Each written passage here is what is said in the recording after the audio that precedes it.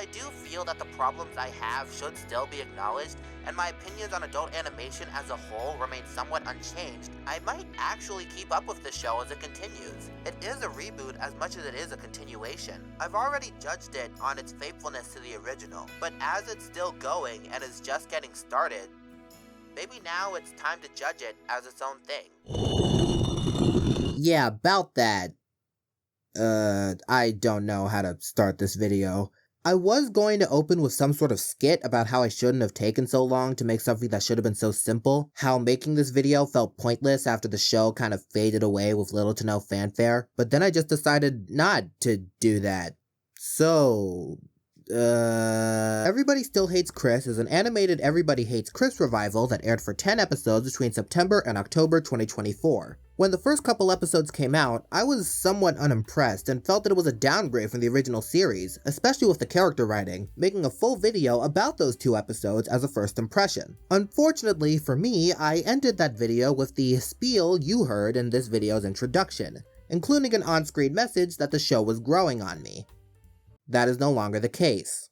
I am now very confident in saying that this show has greatly disappointed me. Compared to its source material, many aspects of it just feel like a slap in the face, and what better way to show that than by watching all 10 episodes, analyzing what they did wrong, and on rare occasions what they did right, and at the end of the video, ranking every episode based on how much of a letdown they are. Doesn't that sound fun? Actually, too bad, strap in.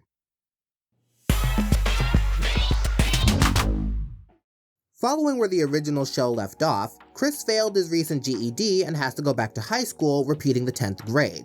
Wanting to avoid being bullied, his new intimidation method of pretending to be in a gang does not go well as he is expelled. His parents later find out about this and get him back into school, this time in grade 11. Meanwhile, Julius and Rochelle work at a mattress store. Rochelle slacks off, Julius gets annoyed, and Rochelle gets offended and quits. She later admits she was wrong and painfully apologizes, leading to a scene of her straining to say sorry for over 20 seconds in the flattest, most bland lip sync animation of the entire episode. I would delve into this episode's pros and cons further, but I already did so in my original video and would rather not repeat myself.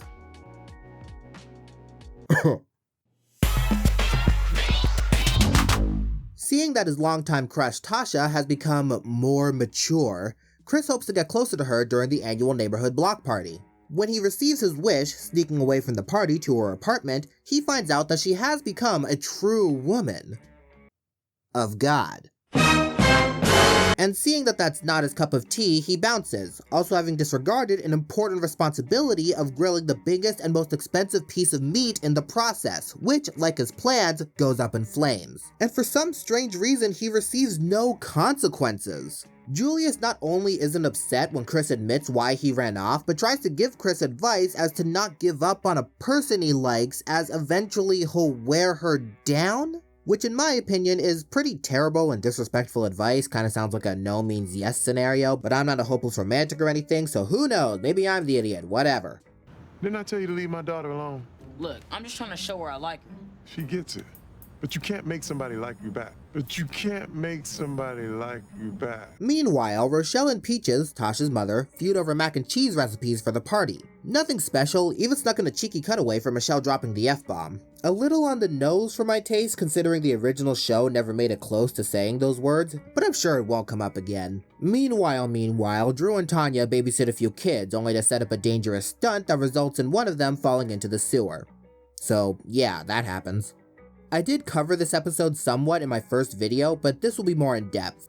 Ultimately, I feel that the A-plot brings this one below GED, as Chris is not as likable a protagonist anymore. Chris's problems are usually caused unintentionally, by a stroke of bad luck, or a failed attempt to stand up for his beliefs, or a conflict featuring a personal goal leading to him learning a lesson. Chris used to have an air of innocence surrounding his actions, not only because of his baby face, but because he always tried to stay out of trouble or make less trouble. But in this new iteration, Chris's motivations have shifted in a way that makes his actions no longer as justifiable or genuine to me, those being focused on losing his virginity. Not to mention, his relationship with Tasha is treated with much less respect than the original show treated it. Remember when I said Tasha was Chris's longtime crush? Because that seems to be something that this new show isn't aware of. Seeing as she's the girl next door, Chris has known Tasha for years, and they were friends long before love interests. You know Chris respected her as a person first and foremost. He wanted to get close, getting busy would just be a benefit. Furthermore, Chris and Tasha actually pursued a relationship in Season 4, Episode 20 of the original series, where the two of them already determined they weren't ready for a relationship with each other. And given the likely limited timeline in between the first show ending and the new show starting, this assumed 180 on their relationship feels unearned, especially since Chris is acting like he hasn't noticed or ever been attracted to Tasha before. And would you look at where we are now? Chris has turned from a caring young man who chose to prioritize relationships over relations to just another horny teenager looking for a sexual conquest. And believe me, it only gets worse from here. Now that his far more popular brother Drew is in high school with him, Chris has to find a new identity outside of just being Drew's brother. He eventually gets noticed for his Eddie Murphy impression, only to find out that he was given pity by the other students due to Drew's involvement. Did you tell people to laugh at my impressions? Yeah, what's the big deal? Do you know how that feels? He ends up having a fight with Drew over this, resulting in a suspension, which was entirely Chris's fault. Meanwhile, Rochelle starts watching a talk show that heightens her anxiety, causing her to become paranoid when Julius makes a friend at work, which is apparently rare. She believes that just because his friend is unmarried, he has dry lips, a habit for hookers, and an exotic pet. Julius, of course, tells her not to worry, but guess what 3 things he has? Personally, I hate it when this happens in stories, when a character is right about everything, especially when their ideas are based in paranoia and nothing else. The character in the right doesn't learn anything. Meanwhile, Tanya gets her own house key but loses it on the first day and has to keep finding new ways to get in the house. She ends up breaking a window, I guess? I don't really care. I'm still not liking any of the characters. Chris feels more erratic in his frustrations and how he handles them, especially since his original counterpart, although emotional and argumentative, wouldn't resort to violence from a disagreement. Julius does nothing egregious, but seems to be taking more of a comic relief role than his original, which does not sit right with me. Greg is fortunately his least annoying so far, which isn't saying much. Drew and Tanya I could care less about, and Rochelle actually does something I like. The ending gag of this episode is very reminiscent of the original show, featuring a Rochelle that is expected to spank her kids after blatant misbehavior, and features a cutaway to a resulting scene that really harkens to the old show's over-the-top cutaways. And it even featured a callback to an earlier concept of the same episode. You know, I'm almost impressed. Chris has a run-in with a member while in Greg's neighborhood. Rochelle, reasonably shaken, teaches him the art of existing while black in America, giving him some basic lessons about not drawing attention to himself, acting cautiously around white people, how to handle being pulled over, stuff like that. While Chris deals with the lessons, hoping Rochelle will trust him enough to go to a party later, she instead becomes more worried that he doesn't take the issue seriously, threatening to confine him to the house for the rest of his life. Chris, now uncomfortable, escapes his mother, going to the party. Although, getting a harsh reminder that the world won't cater to him, he calls home and apologizes, his mother also apologizing for worrying too much. Meanwhile, Drew loses respect for Julius when he flinches at a punch coming from a group of choir boys on their stoop. In an attempt to regain Drew's respect, Julius takes on the choir boys in a fight, not through violence, but by talking to them, almost acting as a mentor for their fighting skills. I like Chris and Rochelle's chemistry in this episode. Although I find Chris a little bratty here for storming out of the car, it's nice to at least see him paying attention and learning from his mother. Rochelle is probably the best she's been so far. Her planning, her pride, her genuine concern, even the whooping jokes are continuing in full form. Nice to know episode 3 wasn't a fluke. The only thing that kinda put me off is her development, as it seems almost backwards. Rochelle is a lot of things, but she is not overprotective. I'm not trying to downplay the trauma she experienced in South Carolina, of course not, but having that threat to lock him up in the house forever happening closer to the end of the episode than the beginning feels out of place, considering up to now the initial shock and fear should have worn off given her behavior for the majority of the episode. I do also appreciate Julius here, acting more mature in this episode than he has in the others. A beating. Plant your back foot and swing, boys. Close enough. Chris debates using a cheat code for Mike Tyson's Punch-Out in order to win a free Nintendo system. He spends his day weighing his options, hearing stories from other adults in his life that I don't care about. After eventually gaining access to the code, to settle his conscience, he offers it to all the other players in order to give them the same chances for the Nintendos. When all the other kids keep winning, however, the store owner realizes how much money he's losing, so he cuts off the game before Chris can win, canceling the promotion. Meanwhile, Rochelle's freeloading brother Mike is staying at the family's house. Even though Julius is annoyed seeing how Mike is a manipulative, inconsiderate moocher, he is the only person Rochelle is a pushover for, so Julius tries to build her up to make him leave. Given what I've gone through for the past 4 episodes, this is probably the best episode by far. Not by much though. I do appreciate that in the A-plot, Chris actually has a genuine struggle in doing the right thing, and for once his moral compass reaches a reasonable compromise. This may be the closest the show will ever get to writing Chris like his original counterpart. The B-plot is kind of unremarkable, but that's better than bad. All I can really say is that the character interactions feel a little more well executed, and I do like the intercutting of Chris playing Punch-Out and Rochelle standing up to Mike. That was cool. Even if trying to render the house backgrounds as a 3D panorama doesn't seem to be working too well. Even after the block party fiasco, Chris still tries to get close to Tasha and does so by attending her church's Halloween party. He tries and succeeds to take it over, making it more wild and raunchy. In the process, he sets up a 7 minutes in heaven situation with him and Tasha, giving Tasha the best opportunity to officially reject him as he deserves. They agree to be friends, and Tasha sets him up with another girl, and they hit it off way too quickly. I forgot this girl's name, but I'm sure it'll come back to me eventually. But of course, he then gets busted and everyone's mad at him, same old same old. Meanwhile, in an effort to get severance from Rochelle's job, Rochelle and Julia spend their Halloween trying to get her fired during the Halloween party, failing miserably as her boss is both overly tolerant and incredibly stingy with severance packages. Meanwhile, Drew, Tanya, and Mr. Omar fear that the house is haunted. Whatever, doesn't matter. To me, this episode is probably the most mediocre you can get. None of the plots are that great, but none of them are outwardly terrible. I like Halloween mystery specials and cartoons, the severance thing stays canon in the series from this point onward actually, and Chris gets a somewhat bittersweet ending while still receiving punishment for a mess he caused. I also thought that it was cute that they animated Stained Glass Jesus with Chop Your Movement, reminiscent of South Park. Nice little detail. Oh boy, here we go.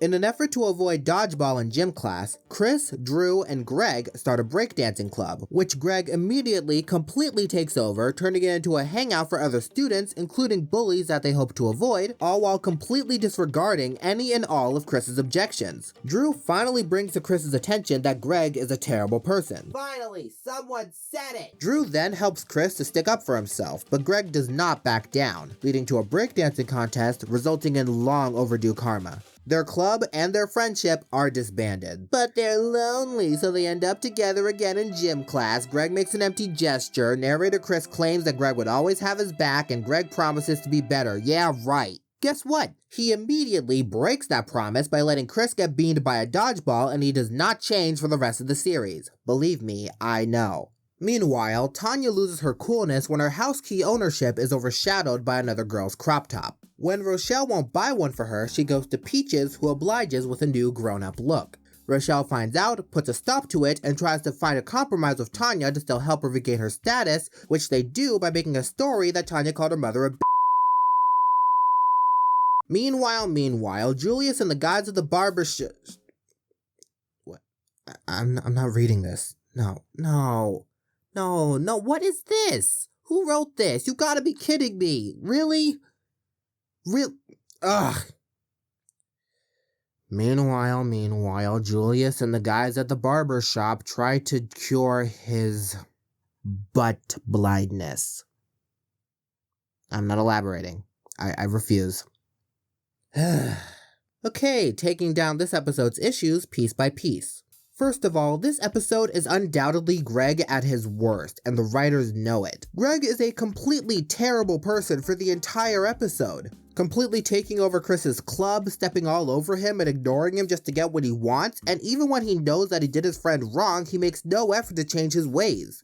Another thing that I hate about this episode is that the writers attempt to recontextualize a facet of the original series through an almost innocuous 6-second cutaway gag that ultimately highlights a complete lack of understanding of Chris and Greg's dynamic and the series as a whole. First things first, Greg is a coward. He commonly would run away from bullies like Caruso, leaving Chris in the dust. We know that, but as fans of EHC, we know not to chastise him for it, not just because we know he has a myriad of good qualities and quirks that make him likable, including actively helping Chris in many other areas, but because we know that it doesn't bother Chris, seeing as Chris himself doesn't usually fault him for it. Furthermore, we know that Chris knows not to fight back. One of the things that made the original Chris someone to root for was because he understood his life was garbage and he begrudgingly accepted it, even if his future self had an attitude about it. He wasn't pessimistic per se, but a realist, and we as the audience project our hope onto him when we think he has a chance to make his life suck less. In the original show, especially long after Chris realized he couldn't fight it, whenever he crossed paths with Caruso, he would just let Caruso's abuse happen or be pleasantly surprised when it didn't. The idea that Chris would genuinely see fighting back as a good idea after the years of experience proving otherwise is completely inane. Not to mention, even though Caruso was definitely racist, Greg was also targeted by him. He wasn't exempt, he wasn't treated differently, so why can't we see Caruso land a hit?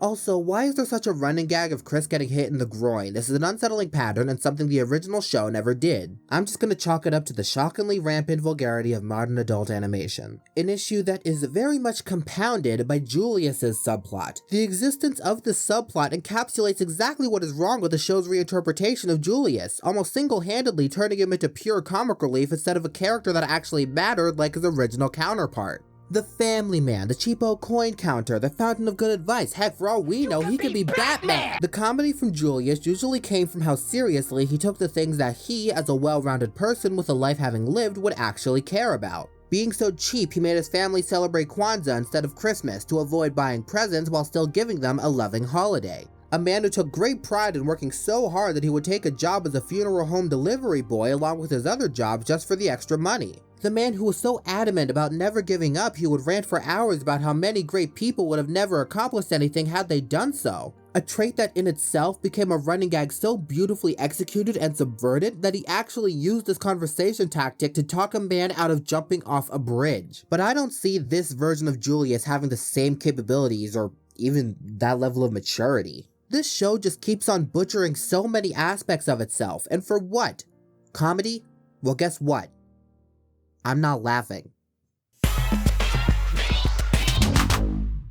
Chris is still with that girl from the Halloween party, even though they clearly have nothing in common. Greg forces Chris to lie and stick it out just so Chris can reach second base and Greg can live vicariously through his relationship. Nice to see that better friend promise be followed out so faithfully. Chris and the girl do end up reaching second base.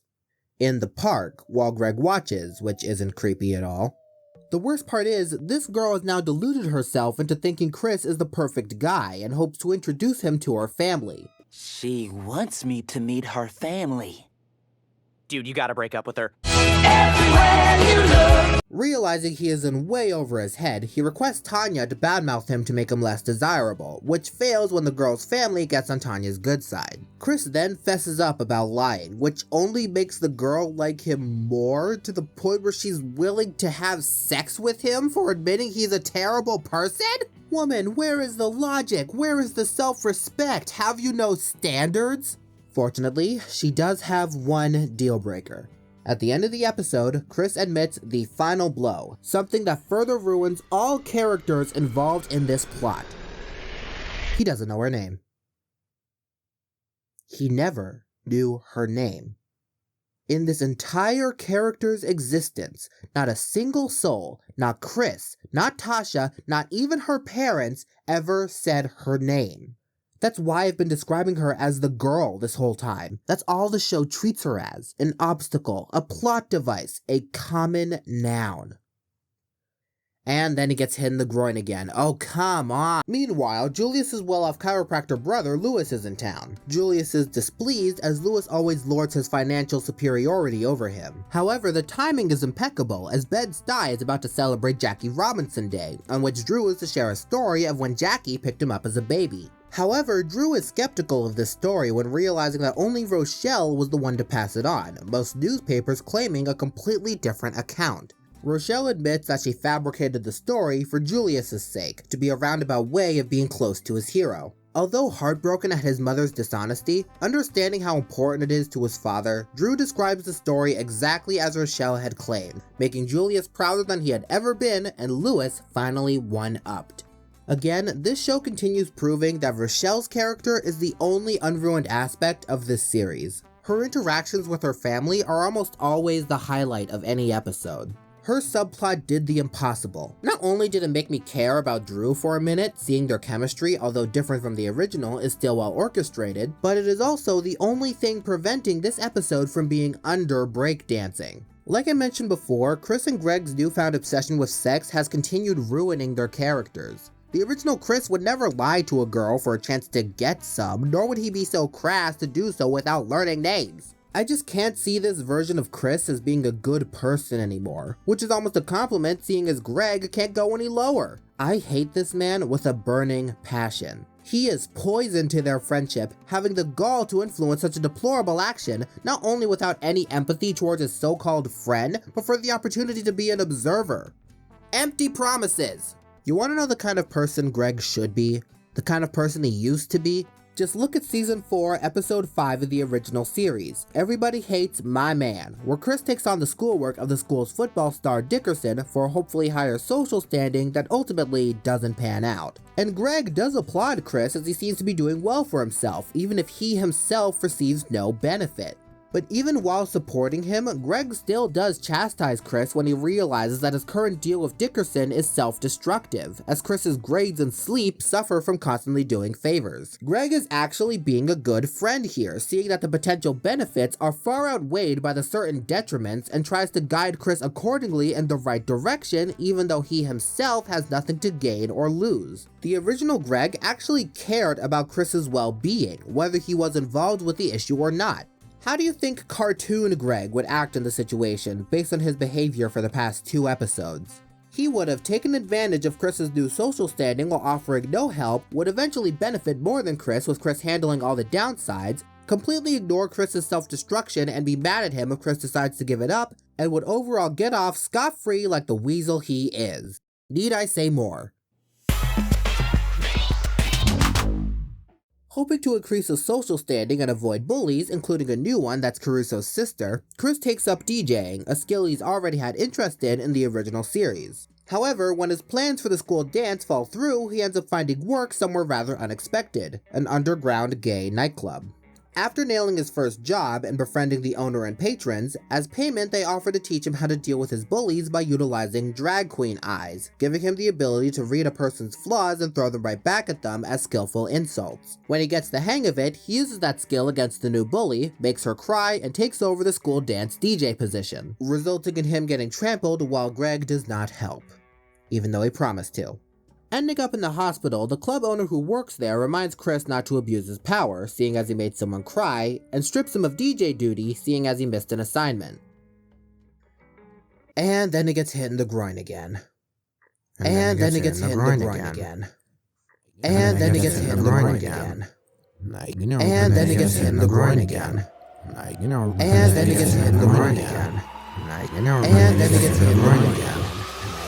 And then he gets hit in the groin again. Meanwhile, when Rochelle goes on a work retreat, Julius is left to care for the family, including a Tanya with tonsillitis. The family is stuck in the hospital waiting room for days, forcing Julius to find a way to get Tanya treated. When Rochelle finds out about this, she rushes home as soon as possible, bartering free knickknacks from her trip in order to get transportation. Meanwhile, Julius first tries to follow in the footsteps of Rochelle's negotiation tactics, but neither bribery nor threats get results. However, seeing how run down the hospital is, Julius gets a favor by fixing up the place, getting Tanya treated right when Rochelle makes it home. Finally, a good episode. Yeah, I said it, this episode's actually pretty good, and I'm not just saying that because we had 2 garbage episodes in a row. Barely holds a candle to the original, however, just want to preface that. I like how Julius had to learn to work with his strengths to provide for his family. I like how Chris's plot played out similarly to how an original series episode would operate, with him gaining something positive and losing it when it doesn't make his life better, all while getting comeuppance for his mistakes.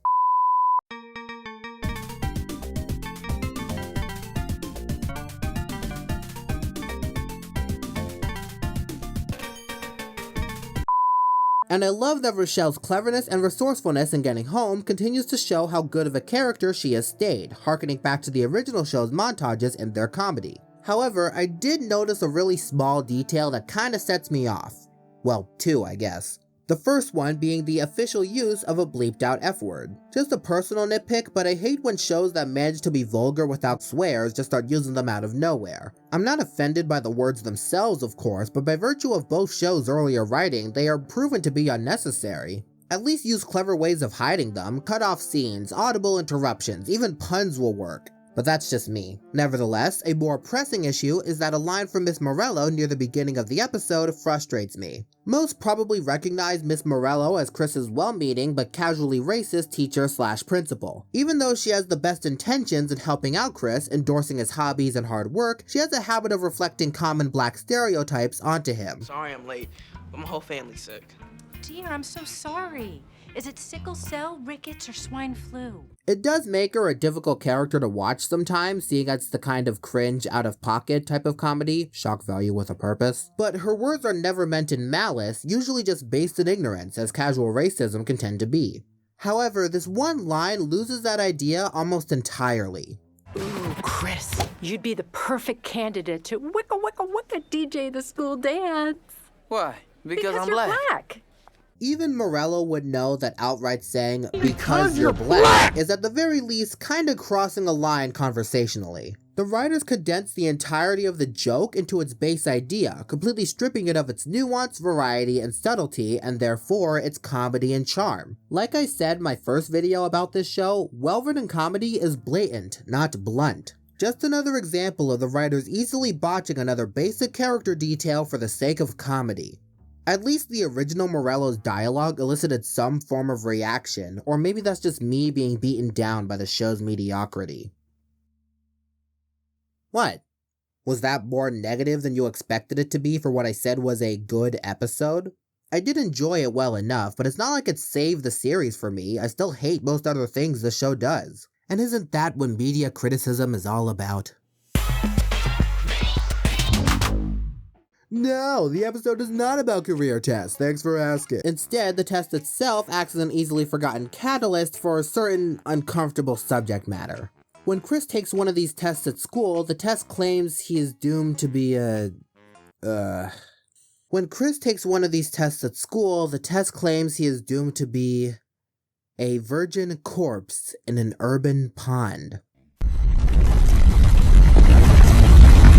In an effort to rectify his fate, he and Greg, or more accurately, Greg with Chris's money without permission, rent an adult video from Caruso, which is destroyed in Chris's family's new VCR. The two venture deep into New York to find a replacement, which they do get unorthodoxly and give to Caruso when it comes due. And even after all of that, the episode shoehorns in Tasha, who we haven't seen since episode 6, and Chris still feels he has a chance with her for some reason? Nice to know he's learned nothing. Meanwhile, in an effort to fight the wage gap at her job, Rochelle stirs up a strike. Eventually, in an effort to quell the strike, her bosses do offer her the severance she's craved for months, a deal she does take, giving closure to that subplot while leaving her coworkers to strike with her understudy. Meanwhile, to earn enough money for a gift for his father's birthday, Julius bets against his chiropractor brother Louis on his ability to heal an athlete's spine before a game. When he loses that bet, including the travel fare for his father's party, Louis finds out and is disappointed in his brother's lack of faith in him. And when Julius rightly apologizes, Louis then calls him a loser for losing the money and flaunts his riches at him before leaving. Personally, I don't think you really deserve that apology. Fortunately, due to Rochelle's severance package, they still got money for the trip and presents. It all worked out. What I find most annoying about this episode is that there's another universe somewhere where I actually liked it. I do like stories about racing against time to replace something important and chaos ensues. They're cute, they're classic, and sometimes they're clever. But this episode's enjoyment value for me is completely ruined by the subject matter. Not simply because it's inappropriate, but because it continues bolstering Chris and Greg's character assassination by making them far too horny for their own good. It even ruins the song portion, cause yeah, this episode's a musical, isn't that great? The song itself is nothing special. It's certainly no Phineas and Ferb, nor Ghost and Molly McGee, but the melody wasn't awful. Lyrics would have been better without the virgin corpse motif, that's all I'm saying. Finally, after all this time, it is done! Without further ado, my final ranking. Starting from the bottom. Breakdancing, block parties, career tests, Drew's brother, GED, Jackie Robinson, Halloween, KKK, cheat codes, and finally, DJs and Bullies. And thus came and went the first and likely only season of Everybody Still Hates Chris. I mean, respect to everyone who worked on this show, and I hope their careers continue going well after this, but man, I am so tired. I've been recording for like 2.5 hours.